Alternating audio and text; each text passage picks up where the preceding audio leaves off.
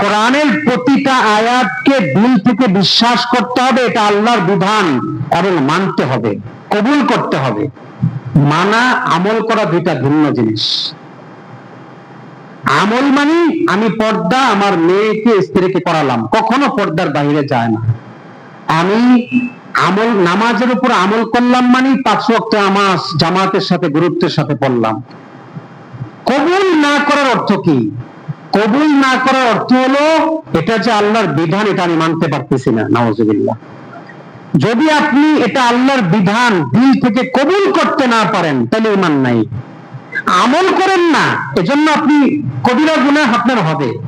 নামাজ পড়েন না, কবিরা গুনাহ হবে, কিন্তু জানেন, দিল থেকে বিশ্বাস করেন কথাটা এটা কিন্তু আল্লাহর বিধান। পর্দা এটা কিন্তু আল্লাহর বিধান, আপনি দিল থেকে কবুল করতেছেন। কাউকে কোনোদিন অস্বীকার করেন না, দিল থেকে অস্বীকার করেন না যে পর্দার বিধান ফরজ নয়, এটা বলেন না। বা দিল থেকে আপনি এটা বিশ্বাস করেন এটা ফরজ, দিল থেকে কবুল করেন, গ্রহণ করেন এটা ফরজ, কিন্তু আমল করেন না। আমল না করলে কবিরা গুনাহ হবে, ঈমান যায় নাই।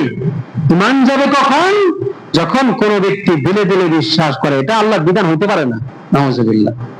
বা এটা আমি দিল থেকে আল্লাহর বিধান হইলেও মানতে পারি না, নাউজুবিল্লাহ, তখন ঈমান চলে যাবে। তাহলে আসমানি কিতাব এবং পূর্ববর্তী যত আসমানি কিতাব দুনিয়াতে এসেছে, সমস্ত আসমানি কিতাব এবং সহিফার উপর বিশ্বাস করতে হবে যে এই সমস্ত হেদায়েত, নির্দেশনা, বিধানাবলী এগুলো আল্লাহর পক্ষ থেকে ছিল, সত্য ছিল, সঠিক ছিল, এগুলা বিশ্বাস করতে হবে। এখন আসুন, আসমানি কিতাব আল্লাহ কেন নাজিল করলেন? এই কিতাবগুলো কেন নাজিল করলেন? আল্লাহ কোরআনে বলেছেন, যখন আল্লাহ পাক আদম এবং হাওয়া আলাইহিস সালাম, আদম আলাইহিস সালাম এবং হাওয়া আলাইহিস সালাম এই দুইজনকে জান্নাত থেকে যখন বের করে দিলেন, বললেন ক্বালা ইহবিতু মিনহা জামিআ, তোমরা বের হয়ে যাও। এটা বলে পাশাপাশি একটা কথা বললেন, ফাইম্মা ইয়াতিয়ান্নাকুম মিন্নি হুদা, তোমাদের কারো কাছে যখন আমার পক্ষ থেকে হেদায়েত আসবে, ফামানিত্তাবা হুদায়া ফালা ইয়াযিল্লু ওয়ালা ইয়াশকা, যারা আমার হেদায়েত অনুসরণ করবে তারা গোমরাহ হবে না, তারা বিপদগামী হবে না। হেদায়েত কি? আসমানি এই কিতাব, যে যারা এই হেদায়েত গ্রহণ করবে তারা বিপদগামী হবে না, গোমরাহ হবে না। তো হেদায়েত বলতে আসমানি যে কিতাব আমি যুগে যুগে নাজিল করেছি, এই গাইড গুলো, এই ধারাবাহিকতায় আল্লাহ কখনো সহিফা নাজিল করেছেন, 1টি 2টি 3টি 4টি 10টি সহিফা ছোট ছোট, আবার কখনো বড় কিতাব তাওরাত, জাবুর, ইনজিল, শেষ উম্মতে মুহাম্মদের উপর কোরআন। এইটা হলো হেদায়েত। তো এখানে আল্লাহ মৌলিক কথা বলে দিলেন, আসমানি কিতাব পাঠানোর আমার মূল উদ্দেশ্য যে তোমাদের কাছে হেদায়েত পৌঁছে দেওয়া, এটা তোমাদের নির্দেশনা, তোমাদের জীবন পরিচালনার জন্য এটা নির্দেশনা, যে তুমি কিভাবে বুঝবা কোনটা সঠিক কোনটা বেঠিক, এটা জানার জন্য এই হেদায়েত পড়ো, এই হেদায়েত জানো। কিভাবে জীবন পরিচালনা করলে তুমি সফল হবে, হেদায়েতের উপর থাকবে, তুমি তোমার রবকে সন্তুষ্ট করতে পারবে, তুমি ইহকাল পরকালে কামিয়াব হবে, তুমি কোন পথে চললে তোমার চলা সঠিক হবে, কোন পথে চললে চলা বেঠিক হবে, তোমার সফলতা কোন পথে, হেদায়েত গ্রহণ করো।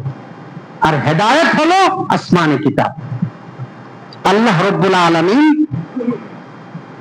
এই হেদায়েত যারা গ্রহণ করেনি, গ্রহণ না করার কারণে যারা গোমরাহ হয়ে গিয়েছে, তাদের কথা বোঝানোর জন্য আল্লাহ সূরা ফাতিহায় ইহদিনাস সিরাতাল মুস্তাকিম বলে তাদের কথা বলেছেন।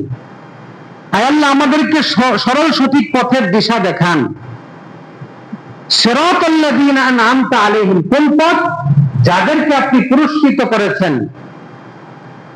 গায়রিল মাগদুবি আলাইহিম, ওই সমস্ত লোকদের পথ নয় যারা আপনার ক্রোধে পড়েছে এবং যারা গোমরাহ।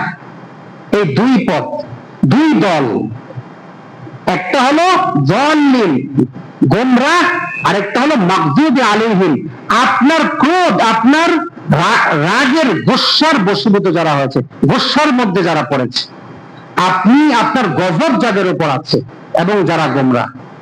মাগযুবি আলাইহিম, আল্লাহর গজব আছে কাদের উপর? ইহুদিদের উপর। দাল্লিন, গোমরাহ কারা? পথভ্রষ্ট নাসারা, খ্রিস্টান।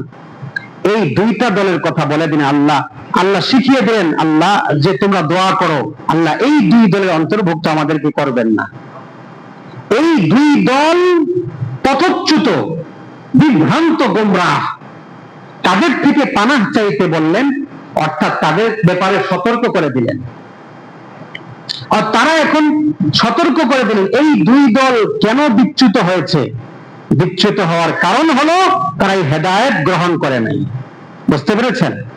তারা কি করে নাই? হেদায়েত গ্রহণ করে, অর্থাৎ আসমানি কিতাব গ্রহণ করে। হেদায়েত মানে আসমানি কিতাব। এখন তোমরা যারা দুনিয়াতে আছো, তোমরাও যদি এই হেদায়েত গ্রহণ না করো তো তোমরাও গোমরাহ হয়ে যাবে, তোমরাও তাদের মতো হতে হবে।